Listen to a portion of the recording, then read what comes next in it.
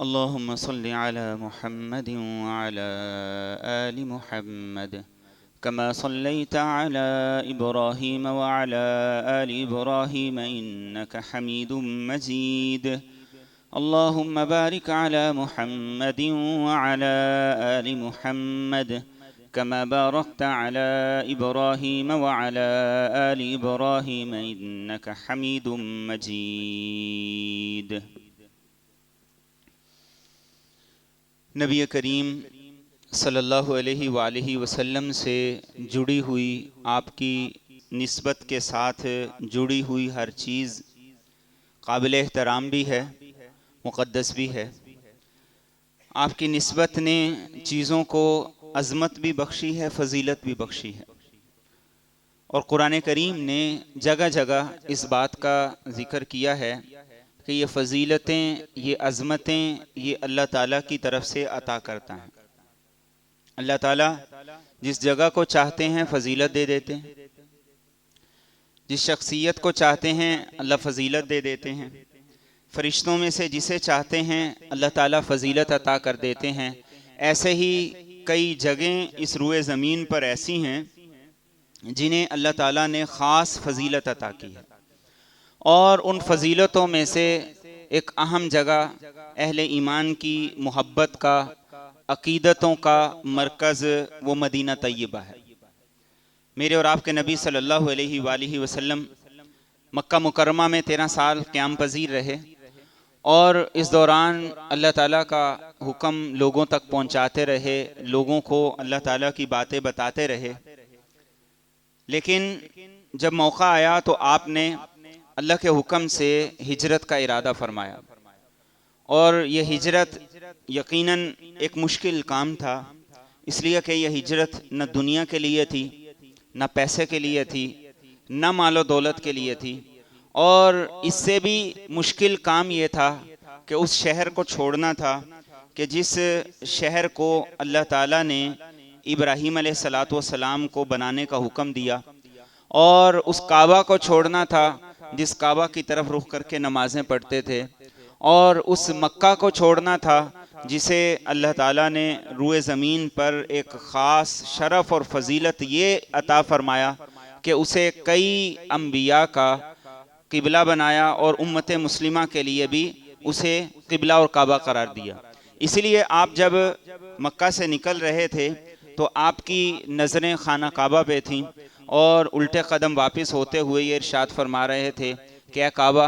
تو کتنا معزز ہے، تو کتنا مبارک ہے، تو کتنا پاکیزہ ہے، اگر میری قوم کے لوگ مجھے نہ نکالتے تو میں تجھے چھوڑ کے نہ جاتا۔ اور آپ کی زبان پر یہ کلمات تھے، ربی ادخلنی مدخل صدق واخرجنی مخرج صدق واجعل لی من لدنک سلطانا نصیرا۔ اے اللہ، آپ جہاں سے مجھے نکال رہے ہیں، جہاں سے مجھے ہجرت کا حکم دے رہے ہیں، اسے بھی مبارک بنا دیجیے، اور جہاں میں نے جانا ہے اسے بھی مبارک بنا دیجیے۔ اب جہاں جانے کا حکم ہے وہ یثرب ہے۔ آپ کی صفات، آپ کے تذکرے سابقہ کتابوں کے اندر موجود تھے، اور ان میں یہ بات بھی موجود تھی کہ آپ مکہ مکرمہ میں پیدا ہوں گے اور ہجرت کر کے آپ یثرب تشریف لے جائیں گے۔ یہ پہلے سے یثرب تھا، لیکن میرے اور آپ کے نبی صلی اللہ علیہ وآلہ وسلم کی آمد کے بعد یہ مدینہ بن گیا، اور بلکہ مدینۃ الرسول بن گیا، اس لیے کہ عربی زبان میں ہر شہر کو مدینہ ہی کہا جاتا ہے۔ یہ مدینۃ الرسول بن گیا، اس کو وہ فضیلت، وہ اعزاز مل گیا کہ قیامت تک کے لیے جو دنیا کے کسی اور شہر کو نصیب نہیں ہوا کہ آپ کا مدفن یہ بنا، آپ کی ہجرت کی جگہ بھی یہ شہر بنا، اور پھر آپ کی برکت سے یہ یثرب سے مدینۃ الرسول بن گیا۔ اور صرف اتنی نہیں، نبی رحمت صلی اللہ علیہ وسلم نے فرمایا ہذہ طابہ، یہ شہر پاک شہر ہے، جسے ہم کہتے ہیں نا اپنی زبان میں کہ یہ مدینہ پاک ہے۔ یہ پاک دراصل نبی رحمت صلی اللہ علیہ وسلم نے جو مدینہ کو نام دیا ہے طابہ، اس کا مفہوم ہے، اور یہ ہماری عقیدتوں کا اظہار بھی ہے، محبتوں کا اظہار بھی ہے کہ ہم اس لفظ کو صرف مدینہ کے نام سے یاد نہیں کرتے، بلکہ مدینہ منورہ کے نام سے یاد کرتے ہیں، مدینۃ الرسول کے نام سے یاد کرتے ہیں، مدینہ پاک کے نام سے یاد کرتے ہیں، کہ ساری پاکیزگیاں اللہ تعالیٰ نے اس شہر کے اندر رکھ دی ہیں۔ اور کیوں نہ رکھی جاتی کہ اللہ کے حکم سے جو قربانی دی گئی ہے، اللہ کا وعدہ یہ ہے کہ جو میرے لیے قربانی دے گا میں اسے اس سے بہتر ثمر عطا کروں گا۔ آپ جب ہجرت کر کے تشریف لائے تو یہ وباؤں کا شہر تھا، بڑی وبائیں تھیں جو یہاں پر تھی۔ بلال حبشی بیمار ہو گئے، ابو بکر صدیق بیمار ہو گئے، اور بیمار ہونے کے بعد اپنا شہر یاد آنے لگا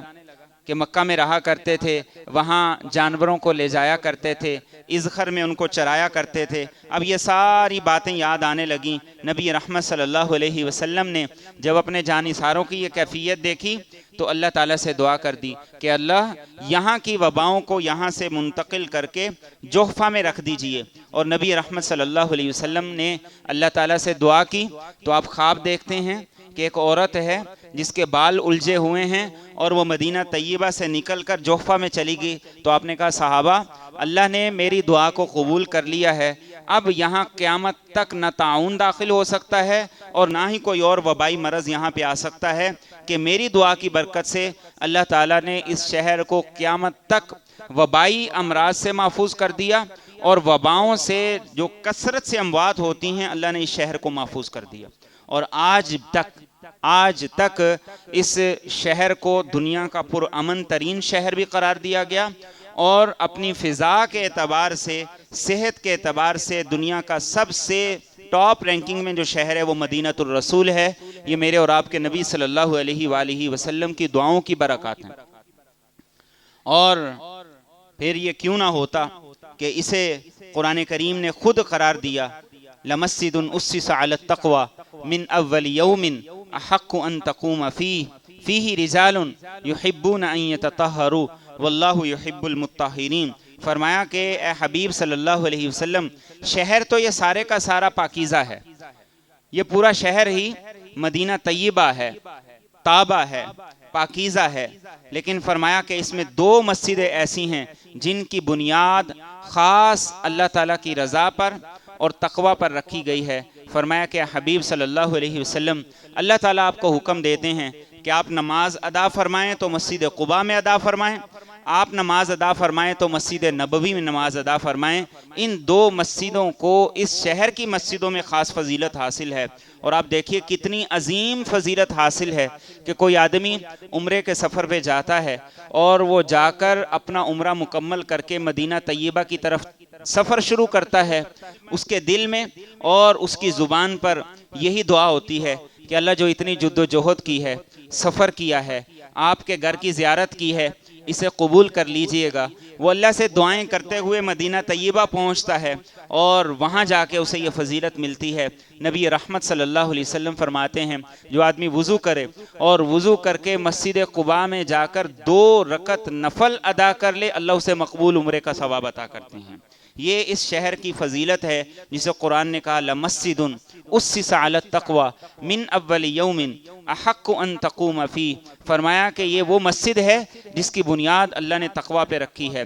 یہ مسجد نبوی ہے، آپ اس مسجد کے اندر نماز پڑھیں، اس مسجد میں ایک نماز کا اجر و ثواب 50,000 نمازوں کے برابر ہے، ایک نماز کا اجر و ثواب۔ آخر اس کی وجہ کیا ہے کہ یہ مسجد نبوی ہے، اس کی وجہ کیا ہے کہ یہ وہ مسجد ہے جس کی اساس اور جس کی بنیادوں کے اندر میرے اور آپ کے نبی صلی اللہ علیہ وسلم نے اپنے مبارک ہاتھوں سے پتھر لگائے ہیں۔ یہ وہ مسجد ہے کہ جس کی تعمیر میں میرے اور آپ کے نبی صلی اللہ علیہ وسلم خود صحابہ کے ساتھ مل کر پتھر لگانے میں شریک تھے، گارا اٹھانے میں شریک تھے۔ فرمایا کہ یہ وہ مبارک مسجد ہے کہ جس مسجد میں ایک نماز پڑھنے پر اللہ 50,000 نمازوں کا اجر و ثواب عطا کرتا ہے۔ یہ قیامت تک کے لیے بتایا کہ اس شہر کی یہ فضیلت ہے۔ اور پھر یہاں کے رہنے والوں کی فضیلتیں قرآن نے بیان کی، وَالَّذِينَ تَبَوَّؤُوا الدَّارَ وَالْإِيمَانَ مِن قَبْلِهِمْ يُحِبُّونَ مَنْ هَاجَرَ إِلَيْهِمْ وَلَا يَجِدُونَ فِي صُدُورِهِمْ حَاجَةً مِّمَّا أُوتُوا وَيُؤْثِرُونَ عَلَى أَنفُسِهِمْ وَلَوْ كَانَ بِهِمْ خَصَاصَةٌ وَمَن يُوقَ شُحَّ نَفْسِهِ فَأُولَٰئِكَ هُمُ الْمُفْلِحُونَ۔ فرمایا یہاں کے رہنے والے وہ بھی بڑے مبارک ہیں، وہ انصار ہیں جو یہاں کے رہنے والے تھے، یہاں کے رہائشی تھے۔ اور وہ بڑا خوبصورت منظر تھا۔ اللہ کے رسول صلی اللہ علیہ وسلم نے جب انصار کے ساتھ معاہدہ کیا تھا، بیعت کی تھی، اور بات ہو رہی تھی آپ کی مدینہ طیبہ آمد کے بارے میں، تو ایک انصاری نے کہا یا رسول اللہ صلی اللہ علیہ وسلم آپ یہ فرمائیے کہ اگر آپ مدینہ طیبہ آ جائیں گے تو ہمیں چھوڑ کے تو نہیں جائیں گے؟ ایسا نہ ہو کہ ہم آپ کا تحفظ کریں اور آپ ہمیں چھوڑ کے چلے جائیں۔ تو آپ نے فرمایا کہ نہیں انصار، ایسا نہیں ہوگا، میرا جینا مرنا تمہارے ساتھ ہوگا۔ تو پھر انصار نے کہا یا رسول اللہ صلی اللہ علیہ وسلم پھر کل نہیں، پھر آج ہی آپ ہمارے ساتھ چلیں، ہم آپ کے دفاع میں، آپ کے تحفظ میں، آپ کی ناموس کے لیے ہم اپنی جانیں قربان کر دیں گے، اپنے بچوں کو قربان کر دیں گے، اپنا مال گھر بار سب کچھ قربان کر دیں گے، آپ ہمارے ساتھ تشریف لے آئیے۔ تو نبی رحمت صلی اللہ علیہ وسلم کے انہی انصار صحابہ کی تعریف کرتے ہوئے قرآن کریم نے کہا والذین تبوؤا الدار والایمان من قبلہم، فرمایا کہ ان کے دل بڑے وسیع ہیں اور بڑے مبارک لوگ ہیں، یحبون من ہاجر الیہم، جو لوگ ان کے پاس ہجرت کر کے آئے ہیں انہوں نے وسیع ظرف کے ساتھ، کھلے دلوں کے ساتھ ان کا استقبال کیا، اور تاریخ میں ایسا استقبال آج تک کسی نے نہیں کیا جو ہجرت کرنے والوں کا کسی نے کیا ہو۔ اور آج آپ یقین جانیے کہ ایسا زبردست استقبال تاریخ میں کبھی نہیں ہوا۔ اور قرآن کریم نے آگے کیا کہا، بڑی خوبصورت بات ارشاد فرمائی اور ہمیں بھی بڑا سبق ارشاد فرمایا، بڑا پیارا سبق دیا، وَلَا يَجِدُونَ فِي صُدُورِهِمْ حَاجَةً مِّمَّا أُوتُوا، جو دے دیا ہے اس کے بارے میں کبھی کوئی انہیں یہ دل میں قلق نہیں ہوا، افسوس نہیں ہوا کہ ہم ان کو کھلا رہے ہیں، ان پہ خرچ کر رہے ہیں، اور بلکہ قرآن نے ایک قدم آگے بڑھ کے کہا ان کی خوبی یہ ہے، ان کا وصف یہ ہے وَيُؤْثِرُونَ عَلَىٰ أَنفُسِهِمْ وَلَوْ كَانَ بِهِمْ خَصَاصَةٌ، فرمایا کہ خود فاقے میں رہ لیتے ہیں، خود بھوکے رہ لیتے ہیں، لیکن اپنے بھائیوں کو فاقے میں نہیں رہنے دیتے، اپنے بھائیوں کو بھوکا نہیں رہنے دیتے۔ یہ قرآن کریم نے ان لوگوں کی فضیلت بیان کی جو مدینہ والے ہیں، مدینہ کے رہنے والے ہیں، انصار ہیں۔ آج ہم ایک لمحے کے لیے ذرا سوچیں، ایک لمحے کے لیے ذرا سوچیں، ہمارے گھر مہمان آ جائیں اور 4 دن ہمارے گھر رہنے کے لیے جب وہ آ جائیں تو ہماری کیفیات کیا ہوتی ہیں؟ سگی بہن رہنے کے لیے آ جائے تو ہماری کیفیات کیا ہوتی ہیں؟ کوئی بھائی رہنے کے لیے آ جائے تو ہماری کیفیات کیا ہوتی ہیں؟ بچے بھی کہنے لگ جاتے ہیں، بلکہ ہم خود کہنے لگتے ہیں کہ پرائیویسی متاثر ہوتی ہے۔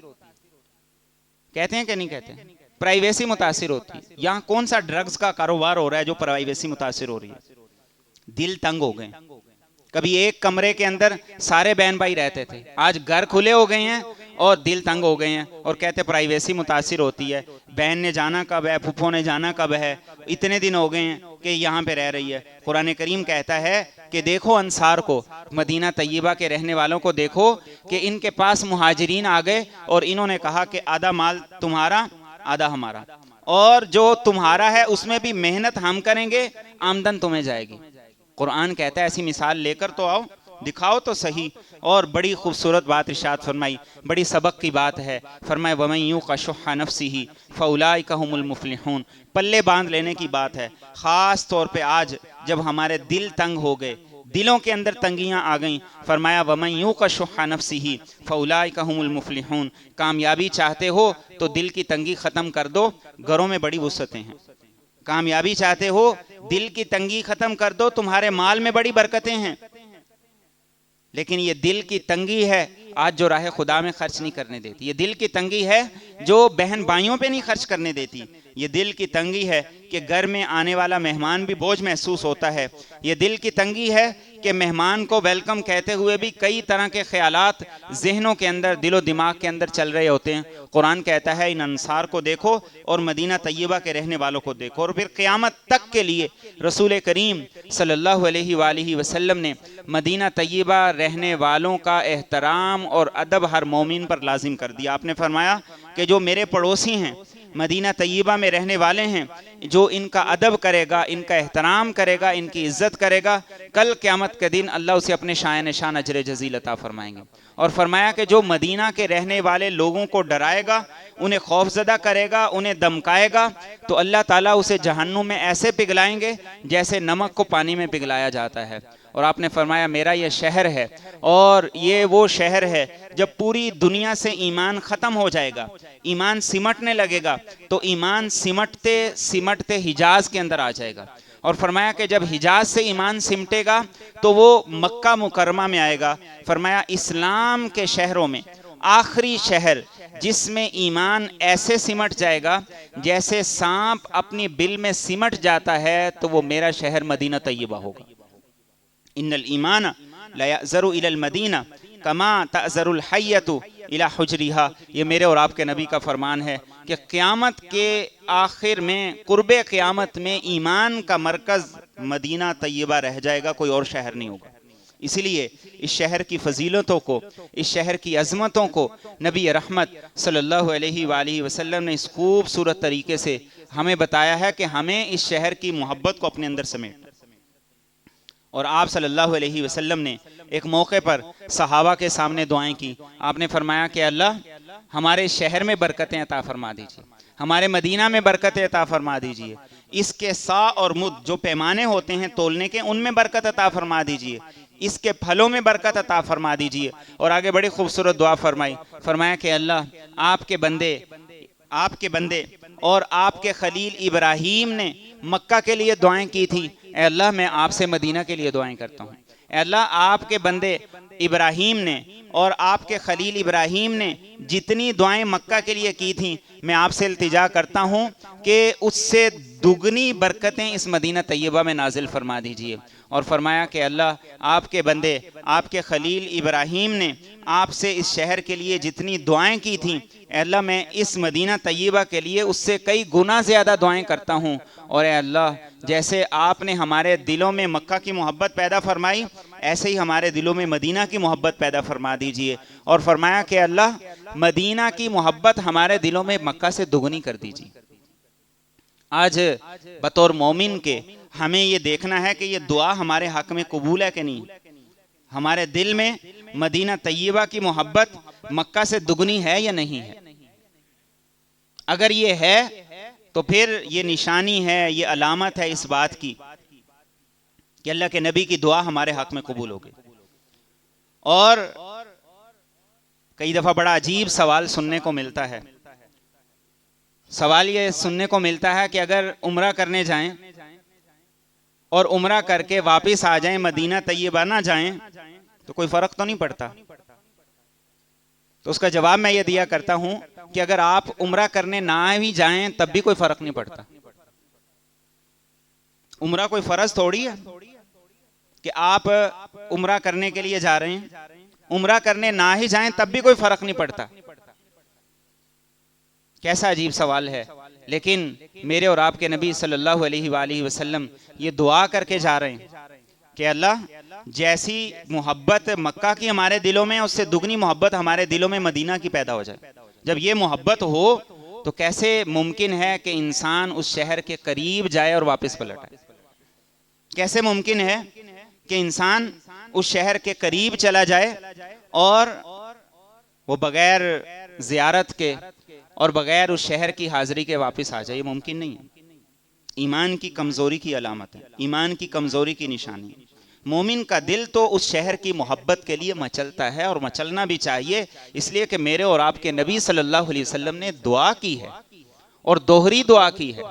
محبت کی بھی، برکتوں کی بھی۔ آج وہ برکتیں اس شہر میں نظر آتی ہیں اور وہ محبتیں بھی نظر آتی ہیں کہ مدینہ طیبہ کا نام سنتے ہی انسان کے دل میں محبت کے جذبات جاگنے لگتے ہیں۔ وہاں کی فضائیں، وہاں کا ماحول اور وہاں کے مقدس لوگ انسان کے دل کے اندر وہ ساری کی ساری کیفیات تازہ ہو جاتی ہیں۔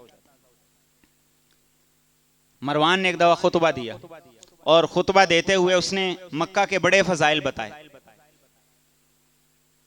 بڑے فضائل بتائے اور خطبہ مکمل کر دیا۔ ایک صحابی رسول موجود تھے، ضعیف ہو چکے تھے، بوڑھے ہو چکے تھے، تو جب وہ خطبہ مکمل کرنے لگا تو کھڑے ہو گئے اور کھڑے ہو کر کہنے لگے تم نے مکہ کے بڑے فضائل بتائے ہیں، یقیناً مکہ کے بڑے فضائل ہیں، اس میں کوئی شک نہیں ہے، لیکن اس ذات کی قسم ہے جس کے قبضے میں میری جان ہے، میں نے نبی رحمت صلی اللہ علیہ وسلم کو یہ فرماتے ہوئے سنا کہ مدینہ مکہ سے افضل ہے، مدینہ مکہ سے افضل ہے۔ اور حقیقت کے بھی عین مطابق ہے۔ مکہ کی رونقیں بحال کرنے والے کون تھے؟ ان رونقوں کو، ان رعنائیوں کو جو آج مکہ میں نظر آتی ہیں، ان کو بحال کرنے والے میرے اور آپ کے نبی صلی اللہ علیہ وسلم تھے۔ یہاں تو 360 بت پڑے ہوئے تھے، ان بتوں سے پاک کرنے والے کون تھے؟ میرے اور آپ کے نبی تھے۔ اس شہر کی رونقیں یہ میرے اور آپ کے نبی کی بدولت ہیں۔ اس شہر میں جتنے کام ہو رہے ہیں یہ میرے اور آپ کے نبی صلی اللہ علیہ وسلم کے بتائے ہوئے طریقے اور سنت کے مطابق ہو رہے ہیں۔ کہا مدینہ مکہ سے افضل ہے۔ اور ایک اور بات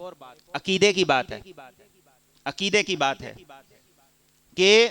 اور اس عقیدے کو ہمارے کئی علماء نے لکھا ہے، انہوں نے کہا ہے نبی رحمت صلی اللہ علیہ وسلم کے جسد اطہر کے ساتھ جو مٹی لگی ہوئی ہے یہ اللہ تعالیٰ کے عرش سے بھی زیادہ افضل ہے۔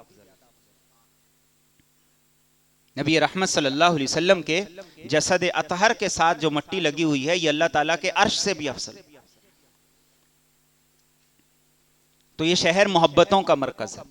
یہ شہر عقیدتوں کا مرکز ہے، اور پھر یہ شہر نبی رحمت صلی اللہ علیہ وسلم کی شفاعت کا مرکز ہے، آپ کی شفاعت کا سبب ہے۔ آپ نے ایک اور حدیث میں ارشاد فرمایا کہ اللہ ابراہیم نے مکہ کو حرم قرار دیا، اے اللہ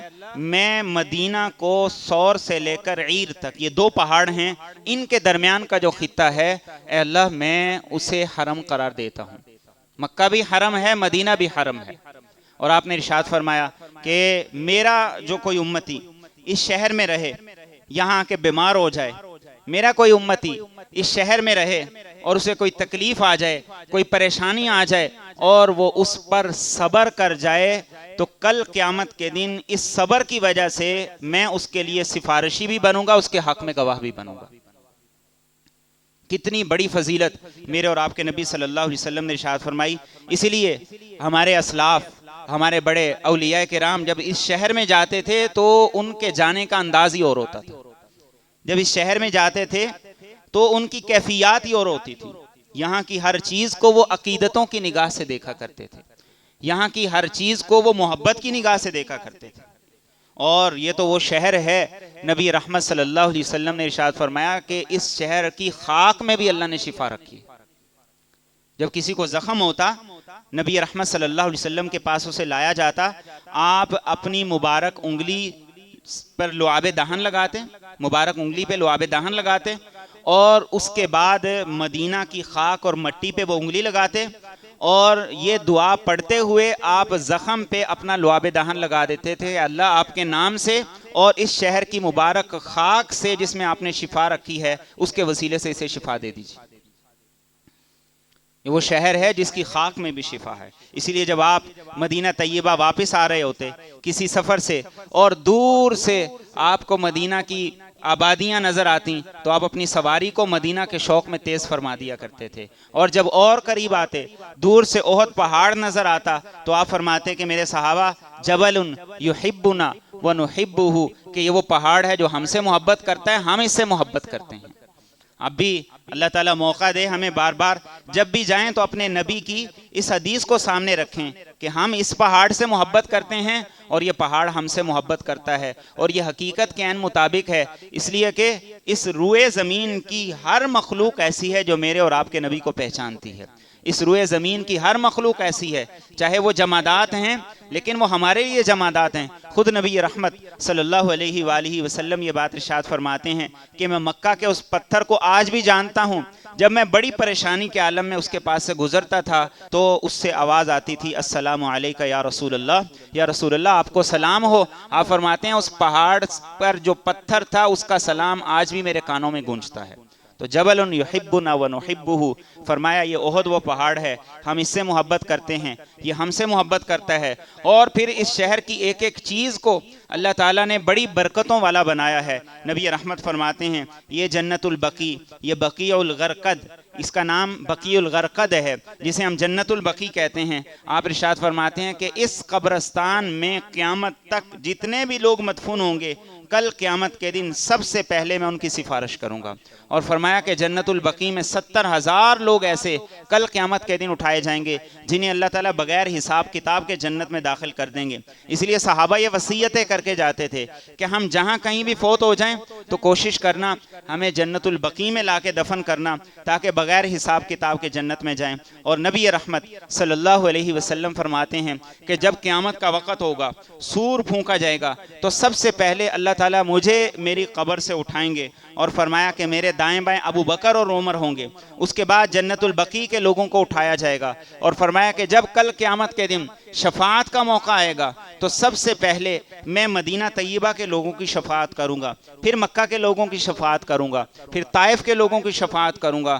اور پھر اس کے بعد فرمایا کہ ساری انسانیت کی شفاعت کروں گا۔ یہ شفاعت کا پہلا حق نبی رحمت صلی اللہ علیہ وسلم فرماتے ہیں اس مدینہ کے رہنے والوں کے لیے۔ اس لیے عمر فاروق رضی اللہ تعالیٰ عنہ جیسا آدمی اللہ سے یہ دعا کرتا تھا، اللہم ارزقنی شہادتا فی سبیلک واجعل موتی فی بلد حبیبک، اے اللہ مجھے اپنے راستے کی شہادت بھی نصیب کر دیجئے، اور اے اللہ مجھے اپنے نبی کے شہر میں مدفن بھی نصیب کر دیجئے۔ صحابہ کہتے ہیں عمر عجیب دعا ہے، شہید ہونا چاہتے ہو اور مدفن بھی مدینہ کو چاہتے ہو، یہ ممکن نہیں ہے۔ اب تو اسلام کی سرحدیں بہت پھیل گئی ہیں، تو وہاں سے مدفن مدینہ کیسے بنے گا؟ عمر کہتے تھے میں جانوں اور میرا رب جانے جس سے میں دعائیں کر رہا ہوں، اس لیے کہ جس سے میں دعائیں کر رہا ہوں اس کے لیے کوئی ممکن نہیں ہے، اور اللہ نے ان دعاؤں کو جو خلوص کے ساتھ ایمان کے ساتھ کی گئی تھی حقیقت عطا کر دی۔ مسجد نبوی میں مصلی امامت پہ کھڑے ہوئے ہیں اور وار کیا گیا ہے، شہید بھی ہو گئے ہیں، اور مدفن مدینہ طیبہ بھی نہیں، نبی رحمت صلی اللہ علیہ وسلم کا جوار اور آپ کا پڑوس ملا ہے۔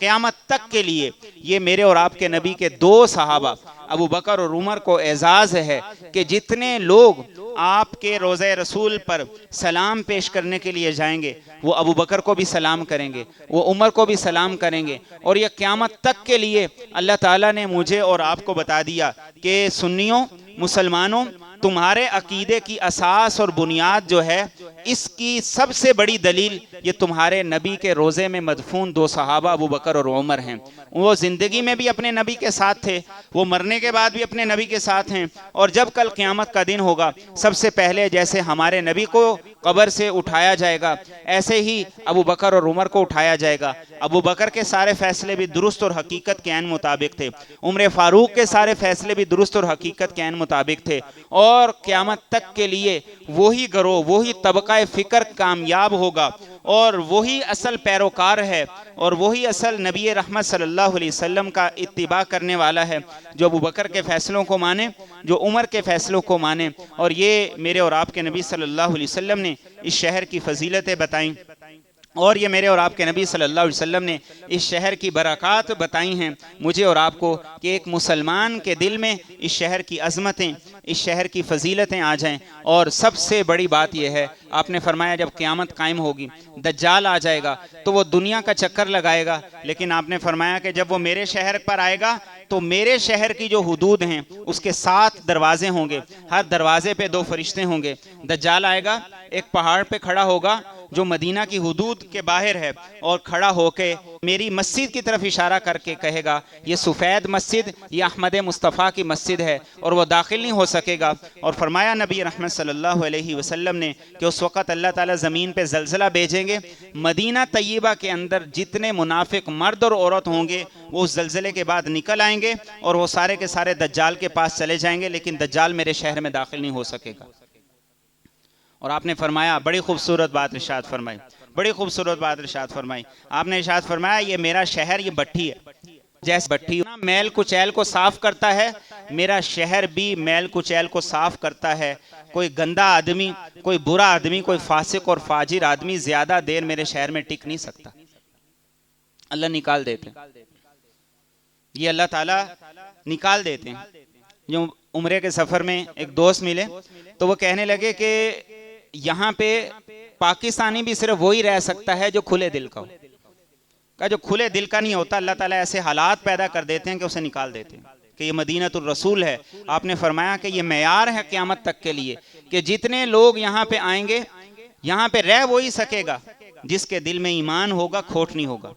اور فرمایا کہ میرا شہر بھٹی کی طرح لوگوں کے اندر سے نفاق کو اور کفر کو پاک اور صاف کر دیتا ہے۔ ایک دیہاتی آیا اور کہا یا رسول اللہ صلی اللہ علیہ وسلم مجھے بیعت کر لیجیے، آپ نے بیعت کر لی۔ کچھ دیر بعد آیا کہنے لگا میری بیعت کو توڑ دیجیے، اب آپ نے انکار کر دیا اس لیے کہ آپ کے دل میں تو امت کی رحمت ہے۔ پھر آیا میری بیعت توڑ دیجیے، اور جب آپ نے بیعت کو نہیں توڑا تو جاتے ہوئے یہ کہتا چلا گیا کہ میں آپ کی بیعت توڑ کے جا رہا ہوں اور اس شہر کو چھوڑ کے جا رہا ہوں۔ تو آپ نے ارشاد فرمایا کہ میرے صحابہ سنو، میرا یہ شہر ایسے ہے جیسے بٹھی ہوتی ہے جو لوہے کو اور سونے کو میل کچیل سے پاک کرتی ہے، میرے اس شہر کے اندر یہ خاصیت اللہ نے رکھی ہے، یہاں جو لوگ آئیں گے وہ اپنے گناہوں سے، نفاق سے پاک ہو کے رہیں گے، اور جس کے اندر یہ گناہ اور نفاق اس طریقے سے پختہ ہو جائیں گے کہ عادت کا حصہ بن گئے ہیں، اللہ میرے اس شہر سے اس کو نکال دیں گے۔ تو یہ وہ فضیلتیں ہیں جو میرے اور آپ کے نبی کے شہر کی ہیں۔ تو جب ہم جائیں ان عقیدتوں کے ساتھ جائیں۔ ایک آدمی نے امام مالک رحمہ اللہ تعالیٰ کے دور کے اندر یہ کہا تھا کہ مدینہ کی مٹی اچھی نہیں ہے۔ امام مالک نے قاضی وقت کو یہ کہا تھا کہ اس کو 30 کوڑے لگائے جائیں اور قید میں ڈال دیا جائے، اس لیے کہ اس نے مدینہ کی مٹی کی توہین کی۔ آج ہماری محبتیں اپنے نبی کے ساتھ کمزور ہوگی، اس لیے ہم ہر چیز کو عقل کے ساتھ تولتے ہیں۔ عقل کا جہان اور ہے، عشق کا جہان اور ہے، محبتوں کا جہان اور ہے، عقل کا جہان اور ہے۔ اور خود امام مالک رحمہ اللہ تعالیٰ جیسا عظیم آدمی مدینہ طیبہ میں رہتے تھے، ننگے پاؤں چلا کرتے، جوتا نہیں پہنا کرتے تھے، کہ اس شہر کا یہ ادب ہے، اس شہر کا یہ مقام ہے، یہ عزت ہے۔ اور جب قضائے حاجت کی ضرورت پڑتی تھی تو مدینہ کی حدود سے باہر جایا کرتے تھے، زیادہ کھاتے نہیں تھے۔ جب عقیدتیں ہوتی ہیں، محبتیں ہوتی ہیں، تو پھر انسان کے انداز ہی نرالے ہوتے ہیں، پھر وہ عقل پہ نہیں تولے جاتے، پھر وہ عقل والوں کو بسا اوقات جنون لگتا ہے، پاگل پن لگتا ہے، لیکن سب سے بڑی اس کائنات کی محبت وہ میرے اور آپ کے نبی صلی اللہ علیہ وسلم کی محبت ہے۔ اور ہو کیوں نہ اس لیے کہ آپ اپنے ہر امتی سے اس کے مال اور جان سے بڑھ کے محبت کرتے ہیں، اس کے مال اور جان سے بھی زیادہ عزیز ہیں، قریب تر ہیں۔ النبی اولیٰ بالمؤمنین من انفسہم وازواجہ امہاتہم۔ تو ہمیں بھی ان محبتوں کے ساتھ اپنی زندگی کو جینا ہے۔ اللہ ہمیں عمل کرنے کی توفیق عطا فرمائے۔